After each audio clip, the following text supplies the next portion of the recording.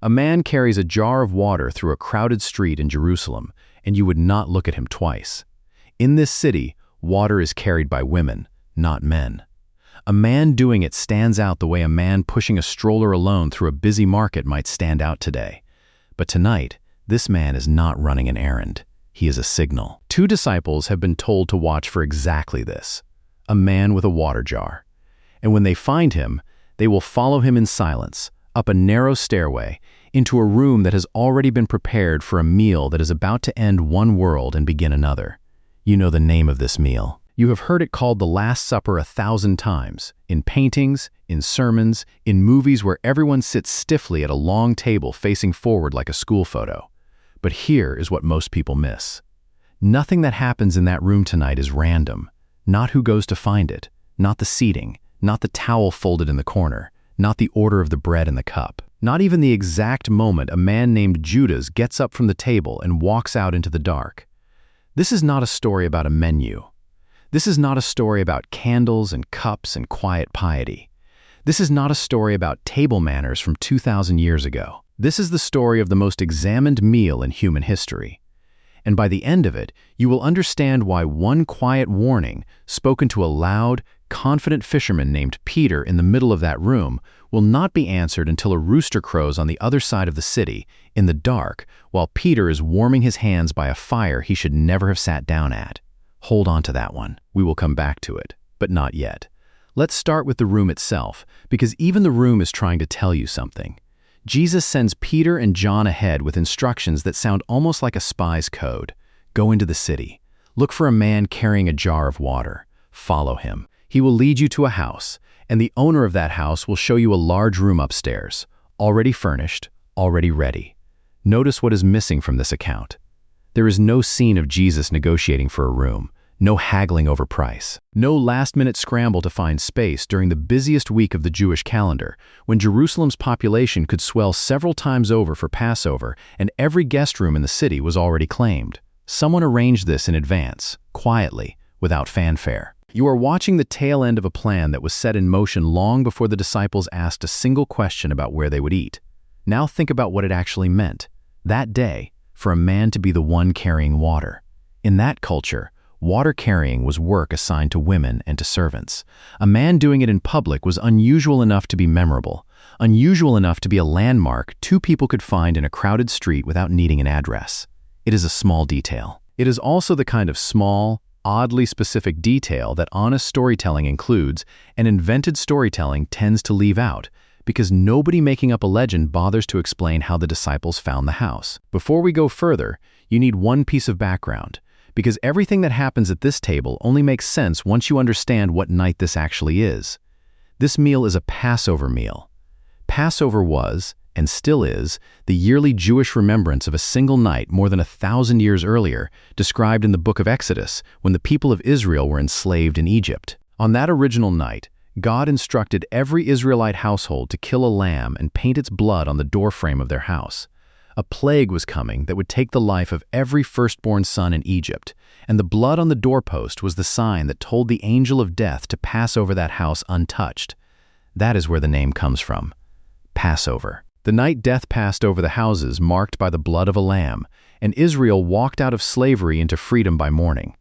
Every single year afterward, Jewish families reenacted that night at a meal, retelling the story, eating unleavened bread because their ancestors fled in such a hurry there was no time to let bread rise, and drinking cups of wine tied to different parts of the story. So when Jesus sits down at this particular table, on this particular night, and picks up bread and a cup and starts talking about his own body and his own blood, every man reclining near him would have heard those words against the backdrop of lambs and doorposts and a plague that passed over the marked houses centuries earlier.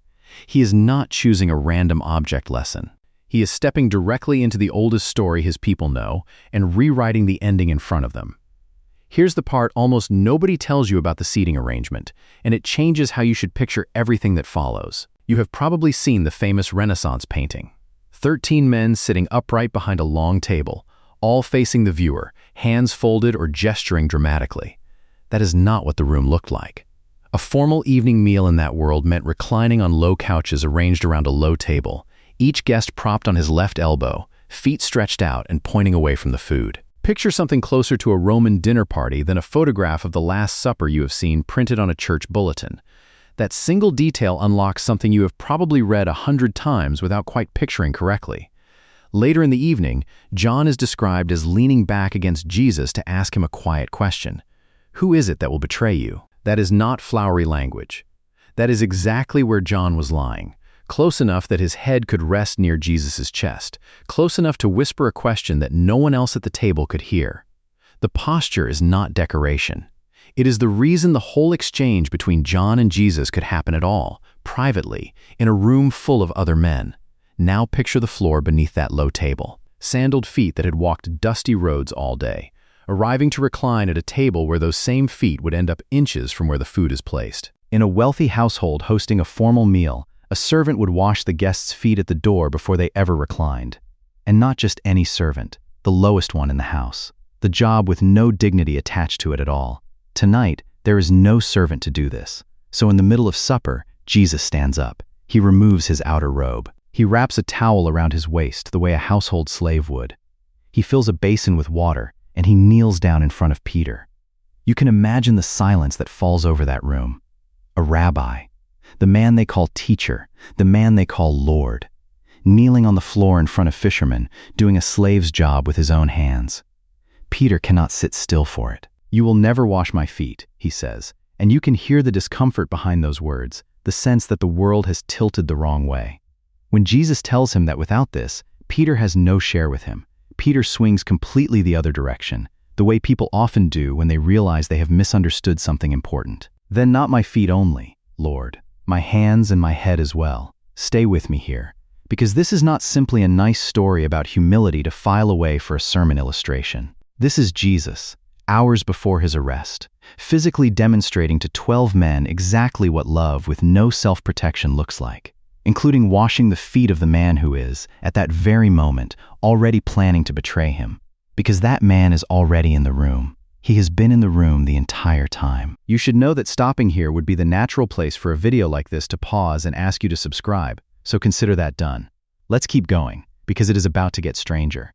Judas Iscariot has reclined at this table with everyone else. His name likely comes from a town called Kerioth, in the southern part of Judea, which would make him the only one of the 12 who was not from Galilee. An outsider by geography, long before he becomes an outsider by choice. Partway through the meal, Jesus says quietly that one of the men at this table will betray him. What happens next is almost more telling than the announcement itself. Every single disciple, one after another, asks the same question. "Lord, is it I?" Not one of them points a finger at someone else sitting nearby. Not one of them says, with confidence, "Surely not me." That detail matters more than it first appears. 11 men who have walked with Jesus for 3 years, who have seen him heal and teach and feed thousands, still do not trust themselves completely in this moment. Doubt about your own heart, it turns out, is not the opposite of loyalty. Sometimes it is the most honest thing in the room. Here is where it gets remarkable. Jesus does not point at Judas and name him out loud in front of everyone. Instead, he dips a piece of bread into the shared dish and hands it directly to Judas. In that culture, this is a gesture of honor. The host giving a guest the best piece of food at the table, an act reserved for someone you are showing favor to. Jesus hands Judas an act of friendship in the very same motion that seals his betrayal. And John's gospel adds something that should stop you cold. After Judas takes the bread, Satan enters into him. Jesus tells him, quietly, "What you are going to do quickly," and Judas gets up from the table and walks out. 4 words end that scene in the original text, and it was night. Not just outside the window, inside him. There is a word buried in the Greek behind this account that scholars return to again and again, paradidomi. It means to hand over, to betray, to deliver up into someone else's control. It is the exact word used to describe what Judas does to Jesus in that room. And it is the very same Greek verb used later in the New Testament to describe what God the Father does with his own Son, handing him over, delivering him up for the sake of the world. The same word. One act is betrayal.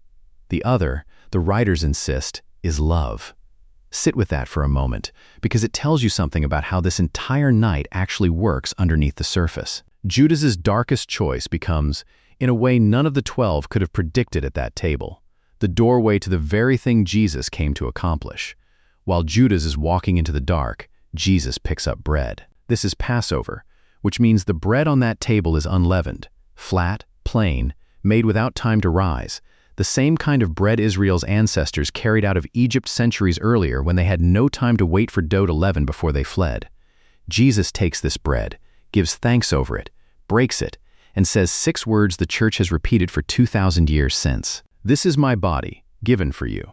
He is not offering the disciples a metaphor to admire later from a comfortable distance. He is putting something into their hands, tonight, to eat with their own mouths, then the cup. In a traditional Passover meal, there are multiple cups of wine poured through the course of the evening, and each one is tied to a different part of the story of the Exodus out of Egypt. The cup that comes after the main meal is traditionally called the cup of blessing, and it is this specific cup. Not the first one, not an earlier one in the sequence, but this cup, near the very end, that Jesus lifts and says the words that would have stopped every heart reclining at that table. "This cup is the new covenant in my blood, poured out for you." A covenant, in that world, was never a handshake or a polite understanding. It was blood-sealed, binding, not something you could quietly walk away from. The Greek word behind it here is diatheke, covenant or testament. Every Jewish man reclining at that table would have known the promise given 6 centuries earlier through the prophet Jeremiah that a day would come when God would make a new covenant with his people, one not written on tablets of stone but written on the human heart. Jesus is not quoting that old prophecy as background information. He is fulfilling it, out loud, over a cup of wine, in front of 12 men who have no idea yet what the next 24 hours are about to cost him. Right after that cup is lifted, Jesus says something that easily gets lost in the drama of everything else happening at that table. "A new commandment I give you, that you love one another. Just as I have loved you, you also are to love one another." He has just knelt on the floor and washed their feet. He has just handed bread to the man who will betray him. And now he tells all of them, plainly, that this, the towel, the basin, the bread given to an enemy, is meant to become the identifying mark of everyone who follows him from now on. Not correct doctrine first, not impressive miracles first. Love, demonstrated the way he just demonstrated it, on his knees, in front of people who did not deserve it. This is also the moment Peter makes his boast. He tells Jesus he is ready to lay down his life for him, right now, tonight. And it is directly in response to that boast that Jesus gives the warning about the rooster. Not as a random threat, but as an honest answer to a promise Peter cannot actually keep yet, however much he means it in the moment he says it. What follows next, according to John's account, is a long, quiet conversation around that same table, and it gives you 2 more named men in that room whose questions are worth sitting with. Thomas, the same disciple who will later be remembered mostly for doubting the resurrection, speaks up first. Jesus has just said that he is going away to prepare a place for them, and that they know the way to where he is going. Thomas, characteristically honest rather than pretending to understand, says what several of the others are almost certainly thinking. "Lord, we do not know where you are going. How can we know the way?" It is not a challenge. It is a man admitting confusion out loud instead of nodding along in silence. And Jesus answers him directly with one of the most quoted lines in the entire New Testament. "I am the way and the truth and the life. No one comes to the Father except through me." Then Philip speaks up. "Lord, show us the Father, and it is enough for us." Again, an honest, almost childlike request. Just show us, and we will stop asking questions. Jesus' answer carries a weight that would have been almost impossible for a first-century Jewish listener to hear as anything less than staggering. "Whoever has seen me has seen the Father." 2 named disciples, in the space of a few minutes, ask the kind of plain, unguarded questions you or I might ask if we were in that room. Where are you going? And just show us God already. And Jesus answers both of them, not with a lecture, but by pointing to himself. Before the meal is over, Jesus makes one more promise that the disciples will not fully understand until weeks later. He tells them he will not leave them as orphans. He will ask the Father, and the Father will send another helper. The Greek word here is parakletos, sometimes translated comforter, sometimes advocate, sometimes counselor, a word that pictures someone called alongside you in a courtroom to stand in your defense. This helper, he says, will be with them forever. None of the 11 men still at that table have any way of knowing, in that moment, that this promise will be kept less than 2 months later, in the same city, in an event so dramatic it will launch the very movement that Justin Martyr describes still meeting for this same meal 100 years afterward. Here's what most people miss about the timing of this whole night, and it is worth being honest with you about it rather than smoothing it over. Historians and Bible scholars still debate, respectfully, one real detail: whether this meal was the official Passover meal itself, eaten on the correct calendar date, or whether it happened the evening before that official date, since John's Gospel describes Jesus dying on the cross at almost the exact hour the Passover lambs were being slaughtered in the temple across the city, which would place the meal slightly earlier than the other Gospels imply. This is not a contradiction anyone is trying to hide from you. It is a genuine, long-standing conversation among people who study the calendar of that final week closely and carefully. But notice what both possibilities agree on completely, without exception. However you count the hours, Jesus is crucified during Passover week. At almost the precise time lambs are dying for the sins of Israel, while he, the writers of the New Testament insist, over and over, is the lamb who ends the need for all the others that came before him. This is not a coincidence someone invented after the fact to make a good story sound better. This is not a symbol some later theologian read backward into events that meant nothing at the time to the people living through them. This is a man who stood at a low table, hours before his own death, and told his closest friends in plain words exactly what his blood was about to accomplish, and then walked outside afterward and let it happen exactly the way he said it would. Before they leave that room, the Gospels tell us they sing a hymn together. This almost certainly means the Hallel.